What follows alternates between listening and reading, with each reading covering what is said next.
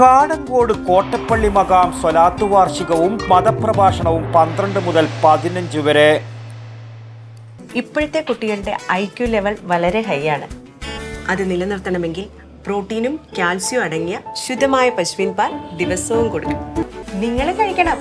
ജനതയുടെ പാലും നെയ്യും ഭക്ഷണത്തിന്റെ ഭാഗമാക്കണം.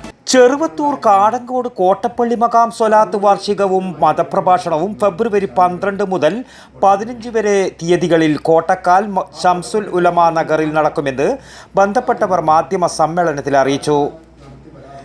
ഫെബ്രുവരി 12 ബുധനാഴ്ച രാവിലെ 8 മണിക്ക് മുഹമ്മദ് കുട്ടി മൗലവി വയനാടിൻ്റെ നേതൃത്വത്തിൽ മഖാം സിയാറത്ത് നടക്കും. തുടർന്ന് അബ്ദുൽ ഖാദർ ഹാജി പതാക ഉയർത്തും.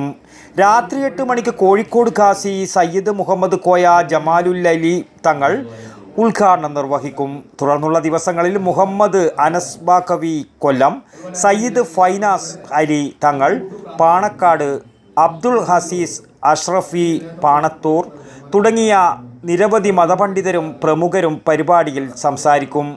എല്ലാ ദിവസവും മഗ്രിബ് നമസ്കാരത്തിന് ശേഷം മഖാം സിയാറത്ത് നടക്കും.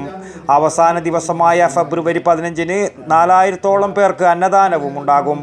കേന്ദ്ര ജമാഅത്ത് president Yunus Haji, joint secretary CK Jafar, Kottappally Makham general secretary Muhammad Kunhi, treasurer Yusuf Haji, CKP, യത്തീംഖാന convener C Mahmood, joint secretary Abdullah എന്നിവർ വാർത്താ സമ്മേളനത്തിൽ പങ്കെടുത്തു. News bureau, Cheruvathur.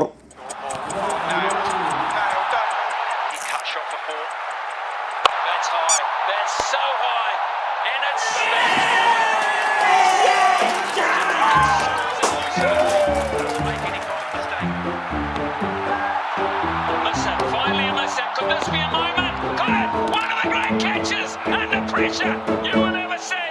My goodness gracious me.